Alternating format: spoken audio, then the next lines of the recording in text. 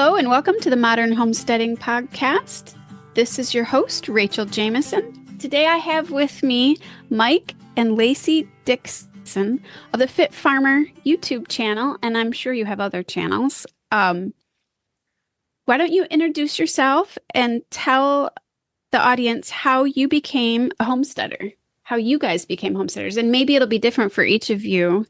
My husband and I's story is very different from each other's, so go ahead and tell us. All right. Our story is kind of somewhat intertwined, but I kind of start way back. When I was a kid, I had no homesteading, farming experience at all. Didn't know where my food came from, really. I was just a suburban city kid growing up, mostly in Charlotte, North Carolina. And I was really interested in weightlifting and sports, and really wanted to look like Arnold Schwarzenegger when I was a kid. So that was my goal there for a while. And that is what led me to getting more interested in taking care of my body and health. Because growing up, we were on the sad American diet where I was eating Pop-Tarts every day, multiple Pop-Tarts every day. Frosted Flakes, I would add sugar to my Frosted Flakes, even though they had sugar already on the Frosted Flakes. And Kool-Aid, we were crazy with Kool-Aid. We just had kid cuisines, just a lot of junk food.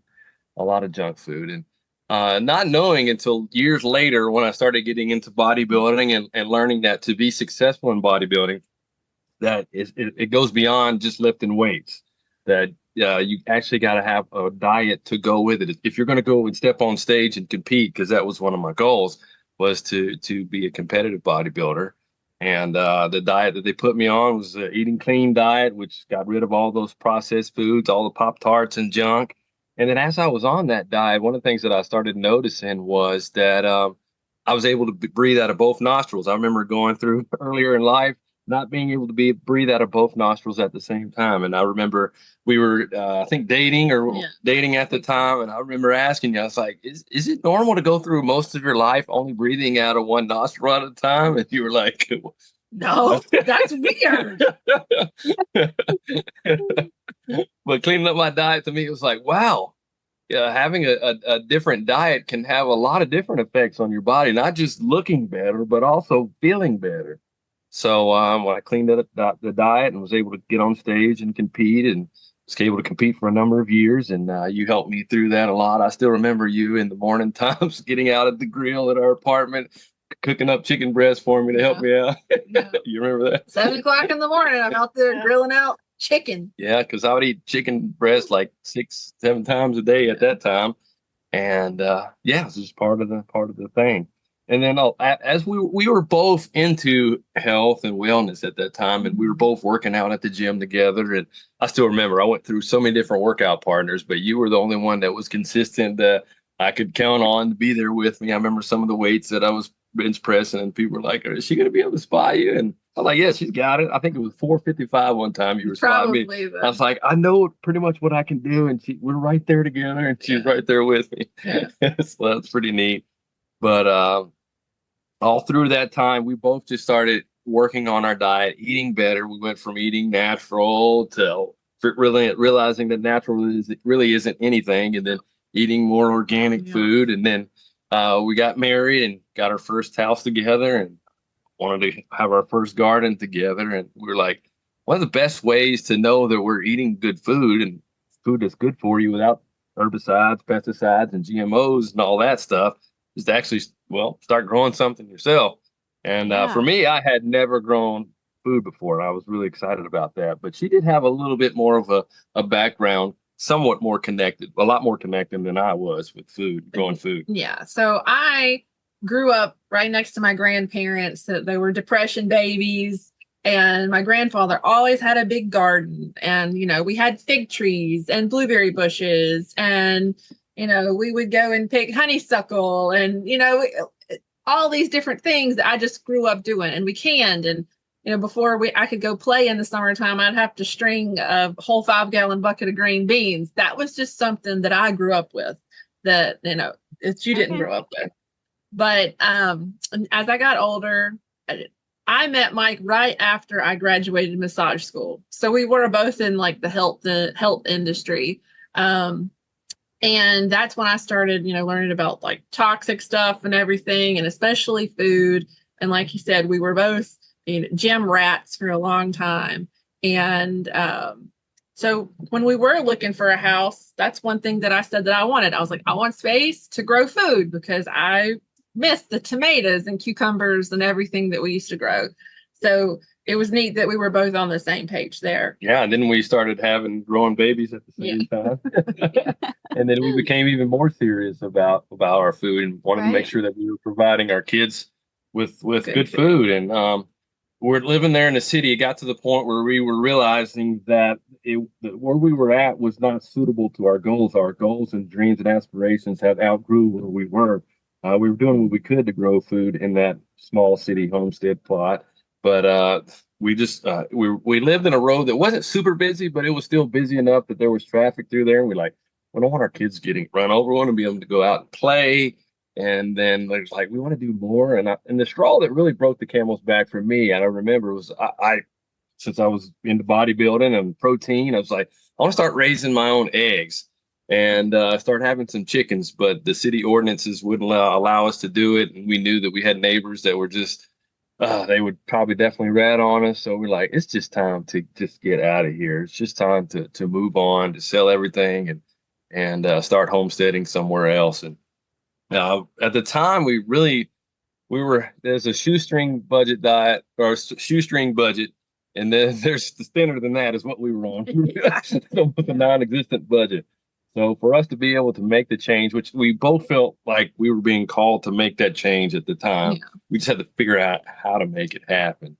So we ended up selling our house and pretty much everything that we owned. We sold our second car. Yeah. We even sold your ring, engagement ring, which we don't share that a lot with people, but there was a lot of sacrifices that we had to make to be able to do that. And that is what allowed us to be able to buy a used yurt off Craigslist. Yeah. Because that was the yurt has been the vehicle that has allowed us to be able to have this way of life. We weren't able to go out and just get a loan and get a brand new house with this a bunch of acreage. But we were able to move out onto some family property that had been in your family. I'll let you explain that. Yeah, so it's still my dad's property. We live on his property. But there was already, my grandparents used to live here, and there's already a well and a septic system. So that was another, huge thing for us that we could, and I asked my dad, I was like, hey, Dad, what do you think about us buying a yurt and tearing down the old house and setting it up on your property? And he's like, okay.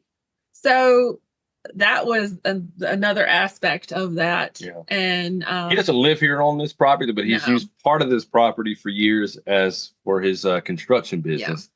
So one of the things that I encourage people on that and they're like, oh, that must be nice that they got land that you can use. You never know.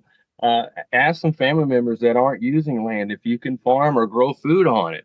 Ask people in your neighborhood. Ask friends. Just reach out to people. You never know who might be. You can work out some kind of trade barter system for using the land or a lease or whatever. Right. If you don't have the money to just go out and, which most people don't, just buy a piece of property. Just be resourceful and reach out and connect with people. You never know. And you don't necessarily have to live there. Yeah. Because we actually had chickens here before we ever lived here. And, it can improve other people's property too, having the animals back on the land. So you can show them how you're going to improve it as well. Yeah. Yeah. Yeah. That's, exactly. There's quite a few, I think it's called spin farming. Yes, There's people out there that just farm other people's yards, give the people a portion of it, and then they take the rest of it to market. I'm sure you could find somebody that would be willing to do that, and then you just take the rest of it home. Yeah. There's a lot of people that are older and they don't want to see the property that they grew up on. Maybe they had a farm on it, which is one of the cases nearby to us, that they don't want to see it turn into some place with tract homes or something like that, or some kind of development. They want to see people actually using it the way that they grew up it being used or something. So reach out to some of those people. You never know what could happen. And it can be a tax break for them too. Yep. Because that's true. It's farmland, your taxes go down, and then they can lease it out for the tax amount, and then they can keep the land and maybe even, somebody else use it. Yeah. Yeah, very true. Now, you guys are still in North Carolina? Yes. Okay. I wanted to clarify that. How many acres do you have access The to, property, the immediate property that we're on now is 10 acres. We use, wouldn't even know how to divide it, because on a good chunk of the other side of the properties where her father still operates his masonry construction business. Yeah.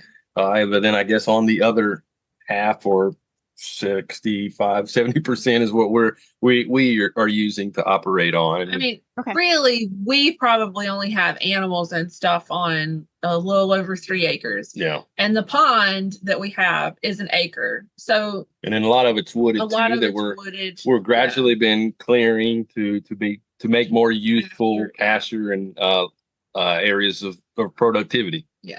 Okay. And then we also have another across the road from us, another property that's not ours, but that we have an agreement where we're using that to raise. It is pasture to raise turkeys, chickens, and things like that. Okay, so that was my next question. What is it that you are raising? What do you have on your farm animals wise and children? You guys have, is it 4? We have 4. Yeah. 4. Yeah.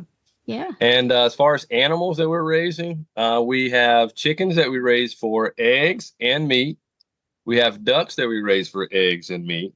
We're also raising goats, and we have a dairy cow. And we have and turkeys and geese. and geese. Yes. Turkeys. What are you using the goats for? We use the goats multi-purpose. We originally got them for milk, Okay. but we also use them to help manage the property. Brush. Yeah. We're huge into figuring out ways that we can work. I call them coworkers also at the same time. I know we eat our coworkers sometimes, but it's a little weird. But they also work with us in managing the land. There's a book there somewhere, How to Eat Your Coworker by goats.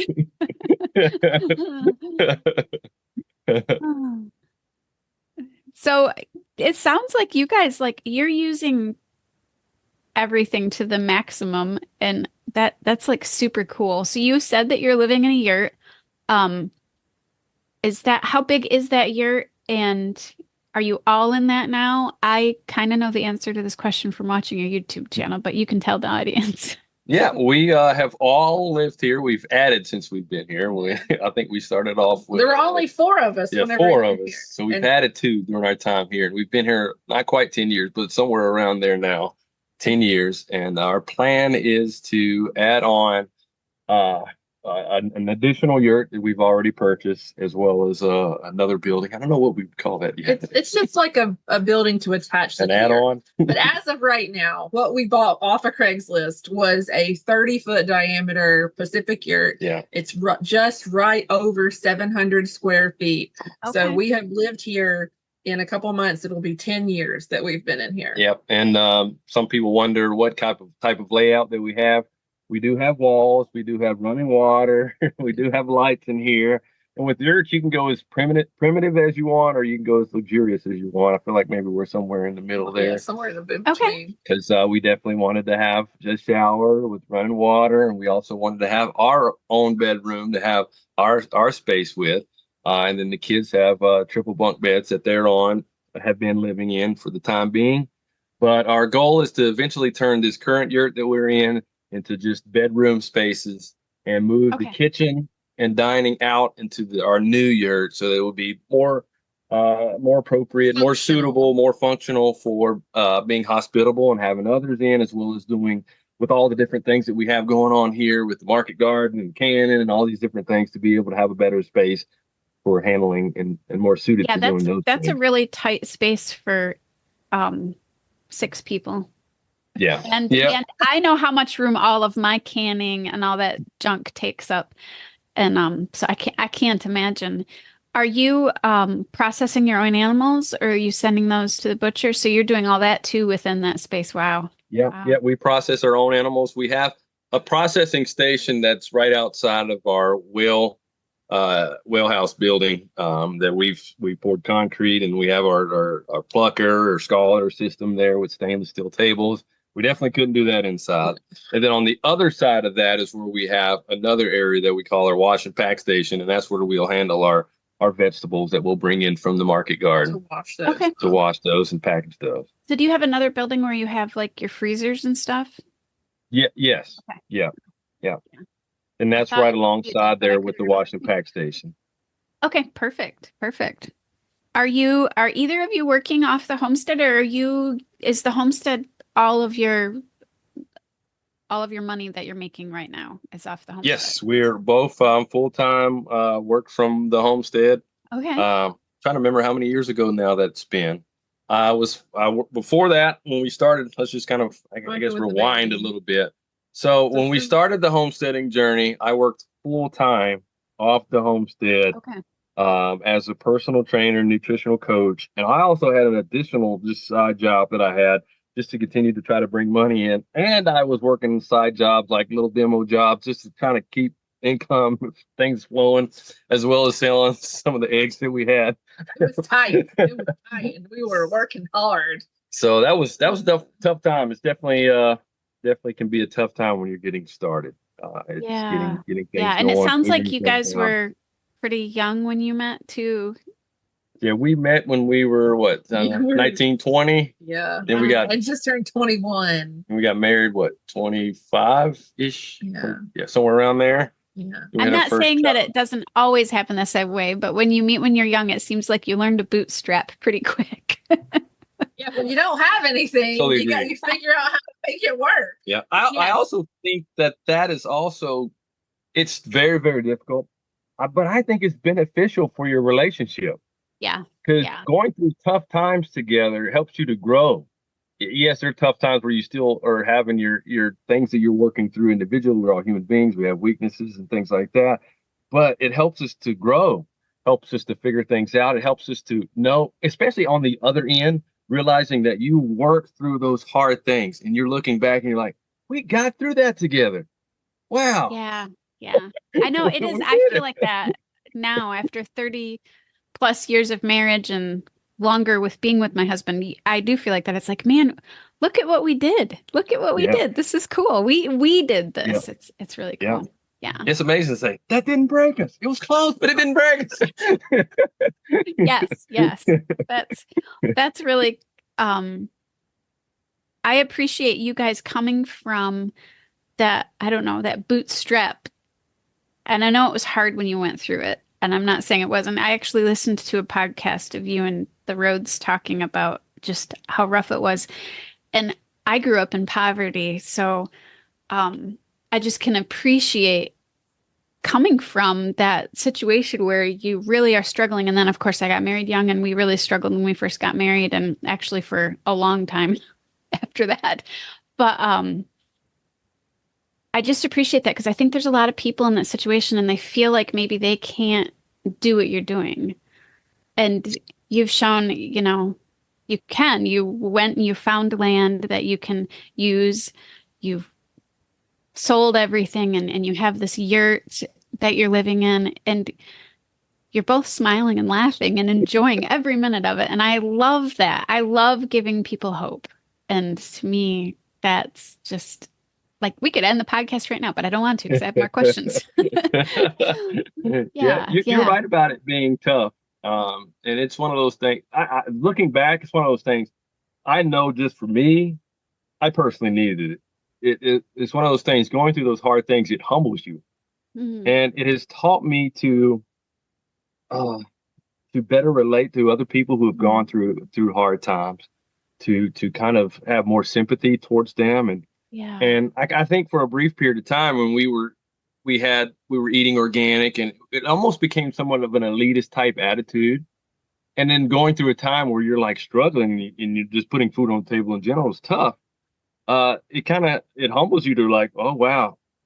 Maybe not everybody can afford pasture raised eggs every day, or pasture raised chicken, or whatever, free range beef. Maybe they can't afford it.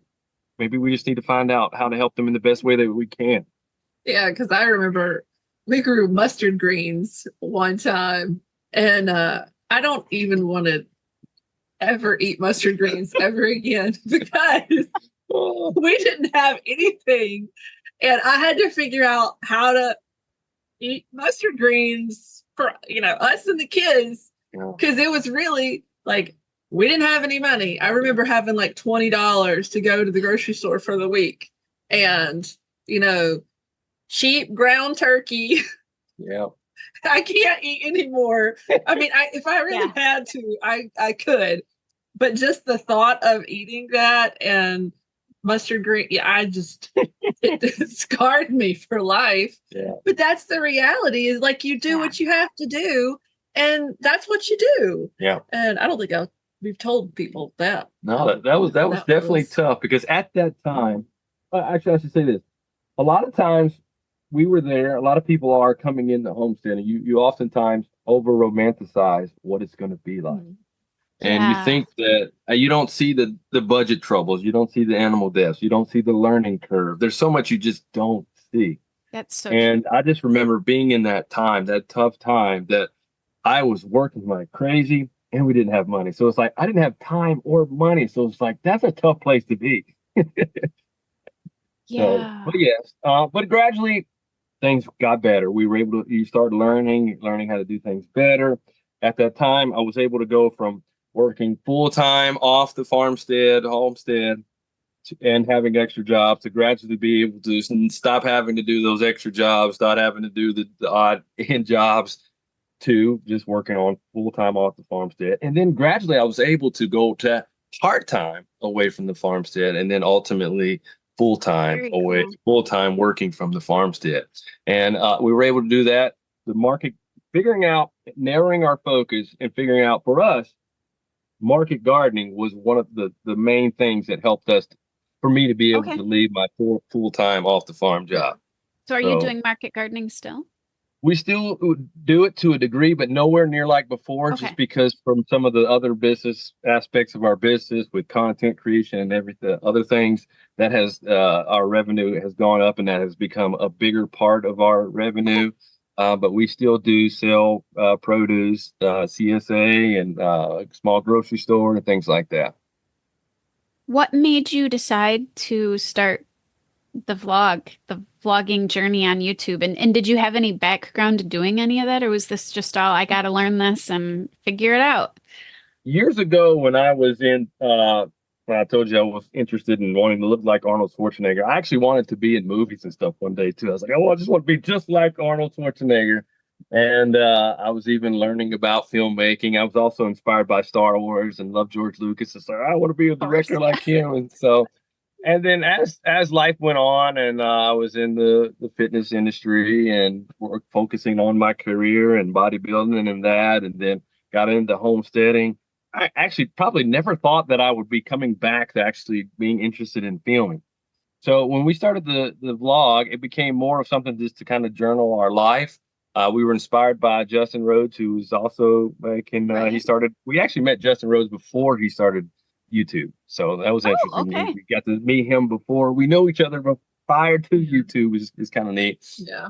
So we started just creating a vlog on there, and we saw Justin Rhodes being successful in it. And as I started doing it and having that desire to want to fulfill that desire of making movies and creating things, it kind of fit that itch that I had or whatever.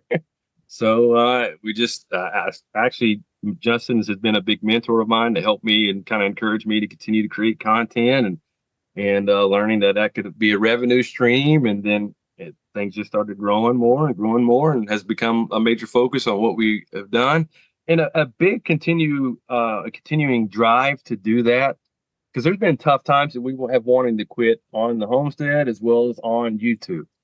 Right. But when we receive comments from people who say things like, "Thank you so much. I've started my first garden because of you." Those are just like, wow, I can't quit. We're actually helping people. That's so cool. That is cool. Aspect of that is, we were doing the market gardening and doing the vlog and doing, all these other things. And we were like almost killing ourselves doing it all. And we really had to think about, where are we making the biggest impact?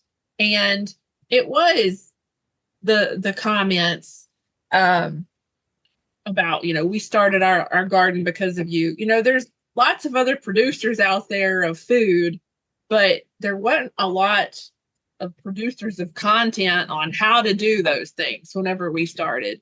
So whenever our channel started doing better, like we really had to make decisions on, are we going to like ramp up the market garden, or are we going to ramp up teaching people how to do these things for themselves? Okay. And I think that's one area why we cut back on a market garden, because we just could not physically do everything ourselves. And that's a business lesson too there. When you see where the revenue is coming more efficiently and naturally, to maybe shift your focus onto that, because there should be some things that your heart's tied in, but maybe it's not being as profitable and the best suited to serve your family or you and your household. So those are things to keep in mind as you're assessing some of those things, and or even your own personal health or whatever. And that's good advice for the whole homestead.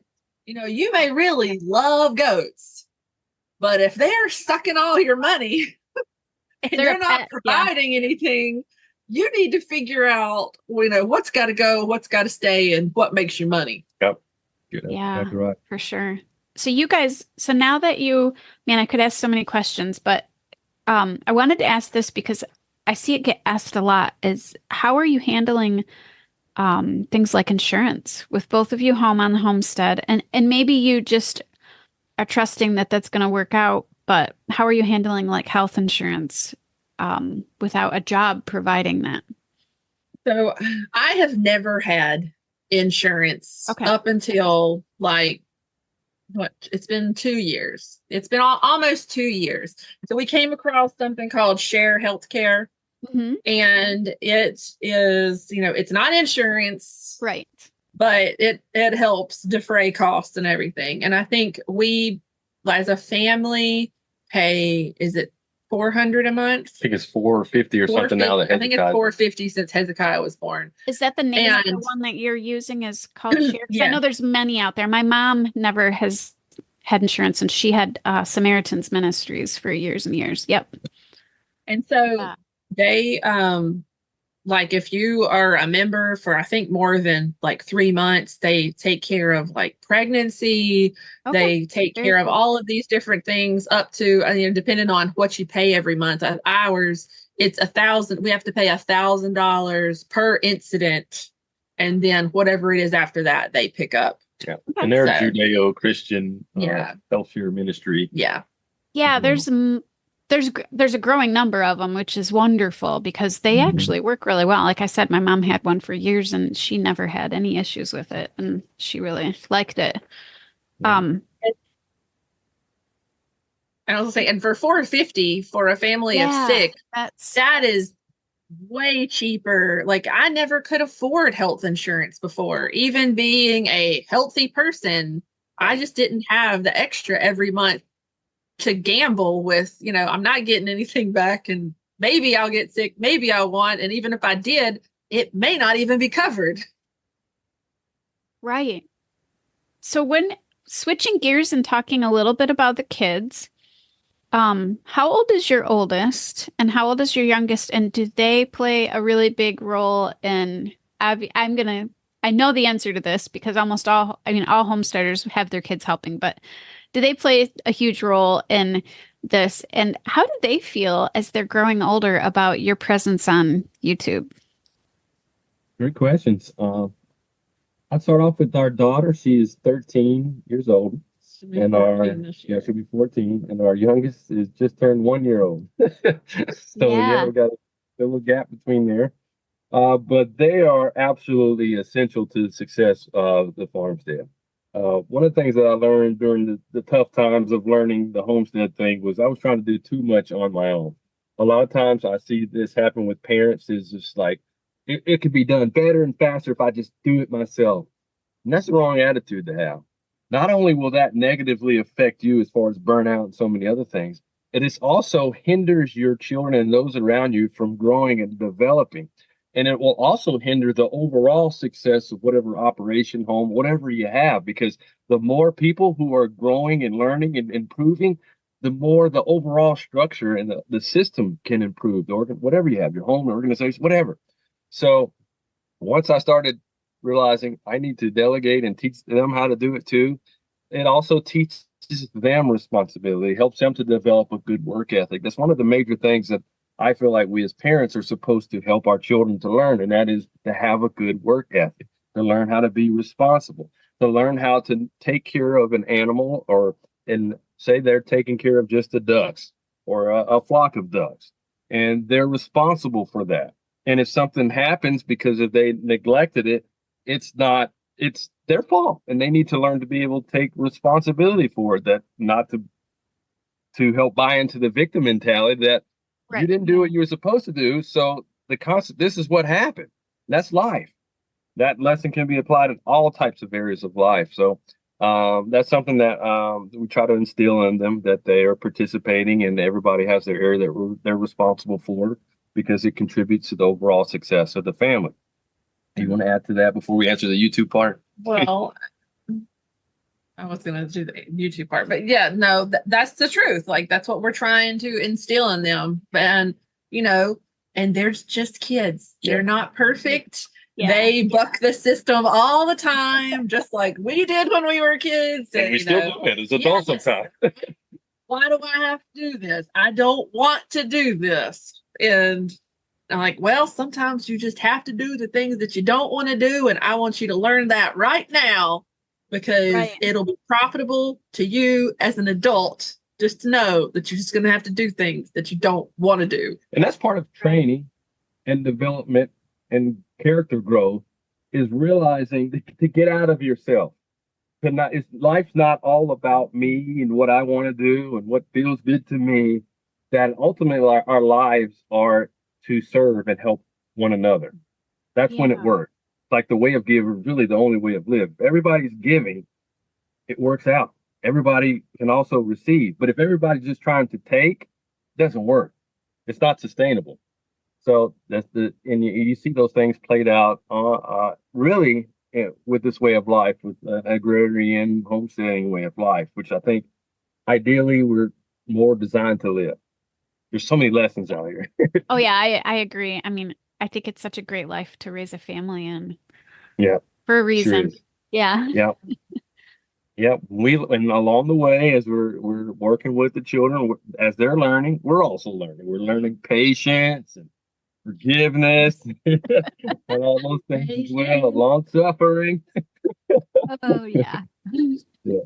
And to answer the other part of your question about YouTube, Selah used to want to be in the videos a lot more and was on with you a lot more. But as she's gotten older, she doesn't necessarily want to always be in the video, but she will when we ask her to do certain things. Whenever we're showing people how to do something, she'll be on there. And we don't force them to be on there. But we also don't show anything that is degrading of them, embarrassing. I don't want, and people ask, they're like, your kids always do their chores and they always do this. And I was like, no, they don't. They don't always do that. Like, well, you need to show that other stuff. And I said, no, we don't. I said, because I don't want anyone showing me at my worst to the world. Why would we do that to our children? And my goal, and since I'm the main one that runs my channel, is if anybody's going to be embarrassed, it's going to be me. I'll put myself up in a goofy way or show my bad side, but I don't show them. Yeah. Unless it's okay with them. Yeah, because Josiah did not want anything to do with the YouTube channel, which is why he wasn't in a lot of videos early on. But now he's coming around and he talks in the video. And then Selah wanted to be in it, and now she does it, but she is great. She's very artistic. She has the eye. She helps out with the majority of my thumbnails, and she just sees it. She captures pictures. She actually submits pictures to Murray McMurray Hatchery. It's in their catalog. That's just her thing. I was like, that's great. You keep working on that. That's a talent there. Keep working on that. So with this way of life, that's another thing that you spend so much time together. I say you share life together, you work together, and you can also play together. But you also have an opportunity to spend a lot more time together. That way you're able to see different strengths and talents and abilities and even weaknesses in the children and help them to be able to work on it together. Yeah, I mean, you guys when you spend that much time together, you really, really know each other. So are the kids, I didn't ask this, are they homeschooled then? Yes. Yeah. Okay, yeah. I wondered. We homeschooled our kids too, and you spend a lot of time together. You really get You to know do. each other. Yeah. We eat 2 to 3 meals together each day. We spend 99% of each hour of the day with each other. We spend a lot of time together. But we're very, very blessed and thankful that God has allowed us to be able to live this life and to grow more connected to each other. I remember working in off the farmstead as a personal trainer and being away from the home 12 to 14 hours a day and just coming home exhausted, realizing that I wasn't giving my family my best. I gave everybody else my best, and then I just don't have anything left to give at the end of the day. And a lot of people just come home and veg out because that's really all the energy that they have. And I just don't think I'm not beating anybody up who has to work off the farm or has worked so many hours. You have to figure out and work through those things. But at some point, sometimes career changes do need to be made, and we need to look at what's best for our family overall. And we may have to make sacrifices, make pay cuts, cut out a lot of those streaming subscriptions and things like that to live a life more connected. Because ultimately, we need to look at the purpose of life, anyways. And it's not rising in our careers or whatever. Is our families are extremely important part of the purpose of life. And we should keep that in mind in all the different decisions that we make. Right. I agree. Do you guys have any regrets and not when I say regrets, that's the wrong word. Do you have anything you wouldn't do again? Like That's a tough one. Yeah. I ask myself that a lot throughout the years. And sometimes when I ask it as the way you originally asked it is, what do I regret or look back on or done differently? If I had my knowledge and experience now and I would go back to then, yes, there's things that I would do differently. But if I did it differently, it would have made me who I am today. So there's a lot of the things that I could say that I'd go back and change, but then in a sense I wouldn't, because even from the hard decisions, the bad decisions, I still learned and it shaped me who I am today. And I can explain to take some example of something as small as a mistake you've made in seed starting or growing microgreens. Well, I can explain to Selah, hey, I screwed that up. Don't do it like that. So very, very my true. answer to that would be I really don't. I really don't. What about you? I think so. I don't think that we could have done anything different, really. Yeah. I mean, I think what we tried to make the best decisions like in that moment that we could. Yeah. And I don't know. I can't think of anything. Yeah. Cool. Yeah. Do you think that your kids are going to follow in your footsteps? Do you think they're enjoying the homestead experience enough to maybe follow in that? I asked myself that question too. We've talked about it before. I can't say for sure. I can see where some of them have a more natural desire to it than others. But then all of them, I have trouble picturing them living in the city and doing different things. It's just like, I don't know if you could do that. I think you could because you've learned so much, but it seems like it might drive you crazy. It's nice whenever they talk about, whenever I have my farm one day. Yes, they do say that. That's nice to hear. But I mean, I could see a couple of them maybe not having as much as we have. Maybe they would be a little more happy with just some chickens in the backyard and everything, and not go like as full scale as we have. Yeah, but our goal is not to force them. I want them.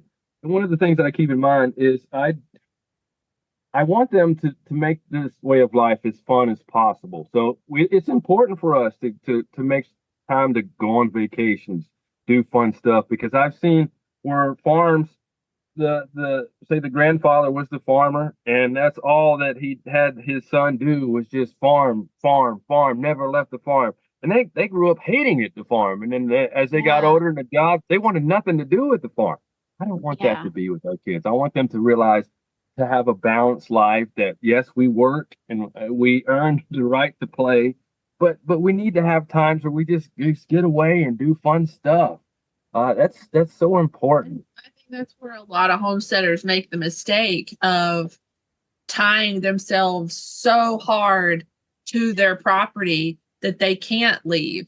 Because I saw somebody, I asked a question about if we had an event somewhere, would you rather it be 1 day or 2 day? And somebody responded with like, I can't be away from my home for more than 1 day. And I'm like, that's a problem. It sure is. That's a problem if you don't have some systems in place, or you don't have a friend that you can call or train somebody that can come and work on your homestead. Because like Mike said, like your kids are going to grow up and hate that they can't ever leave. They can't go do anything. Yeah. And I don't want them to feel like slaves. No. Yeah. I mean, sometimes they already do, but we kid about that one. Yeah, my husband actually grew up on a small homestead, and he actually got really burned out because they never did that's what they did. They never did anything. So he never wanted anything to do with it for a long time. Yeah. Totally, and now, of course, he wants to. And that's still one of his things. We are going to be able to leave, right? Yeah. That's like still his question. We are still going to be able to leave. And I'm like, that's why we're building systems.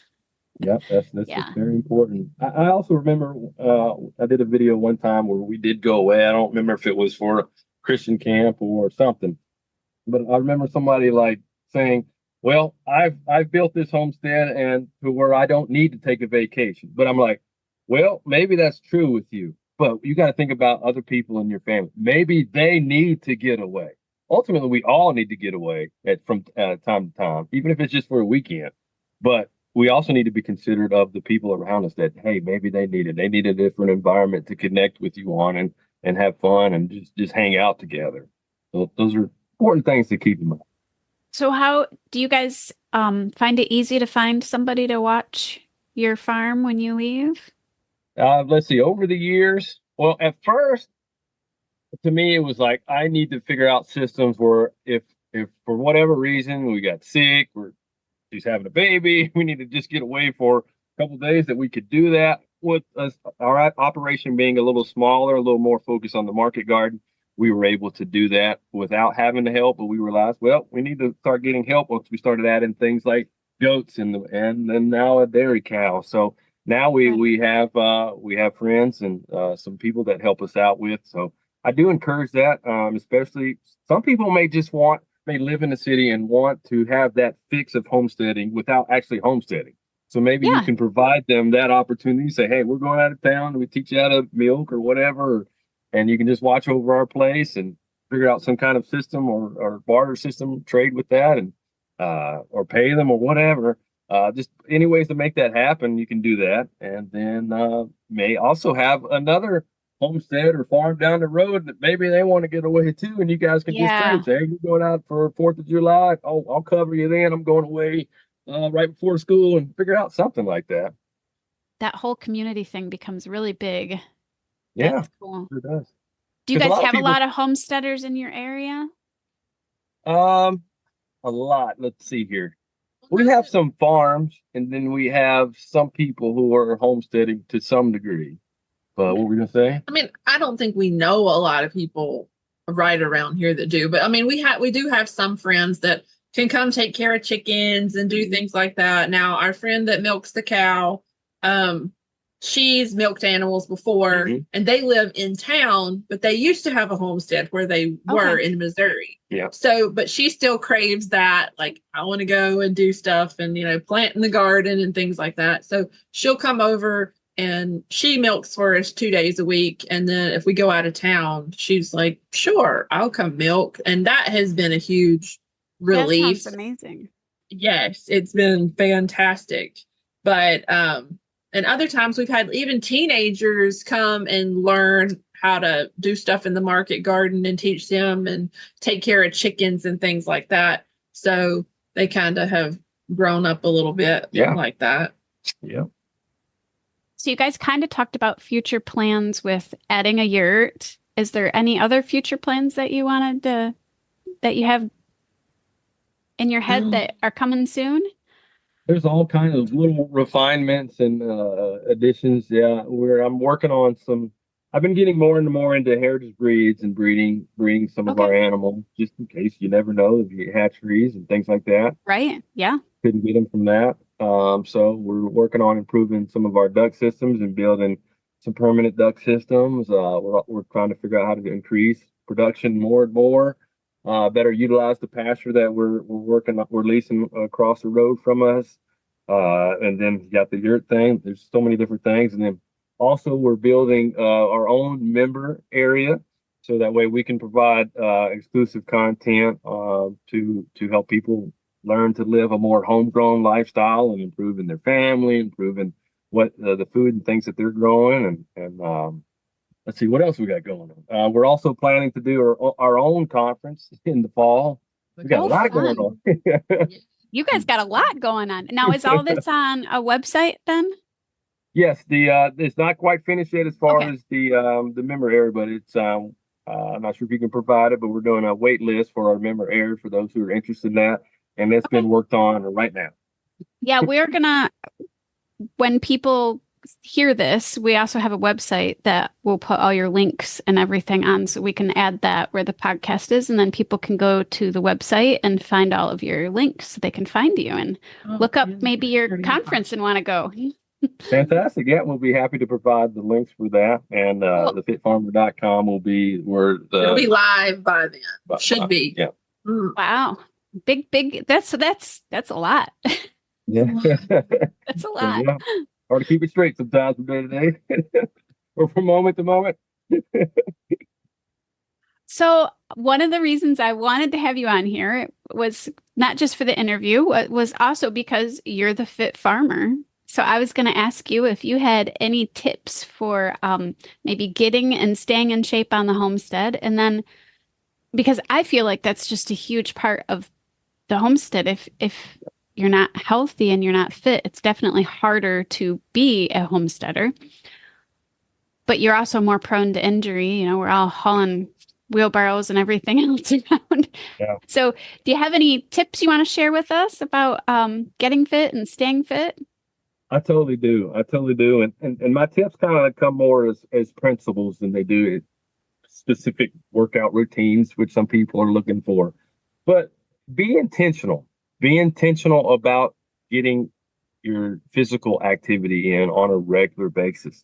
We live a life that's physically active, yes, but a lot of times we naturally or whatever try to gravitate towards shortcuts or using machines to do all of our work for us.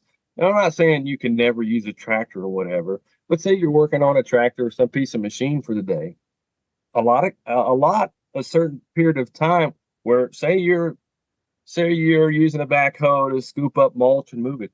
Maybe you take a couple of yards and you just shovel it by hand instead of trying to do the whole job with the tractor.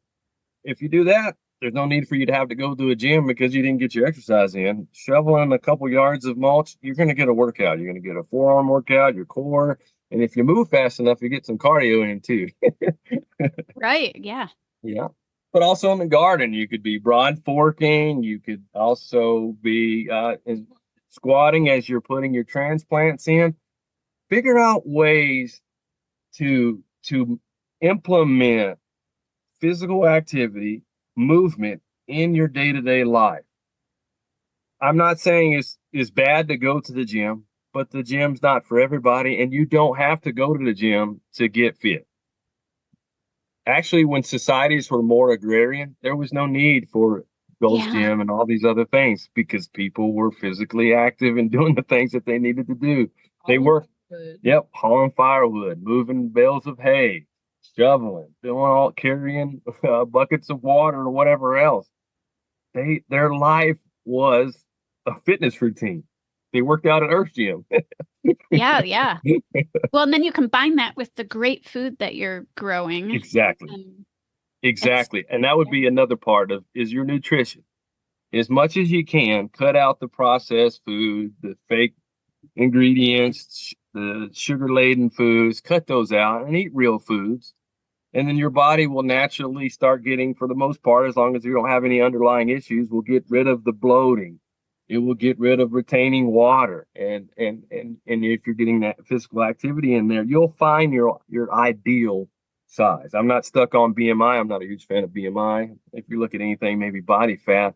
But each of us have our own best body. And if we're doing it the best that we can to take care of that, we should achieve it. Those are some great tips.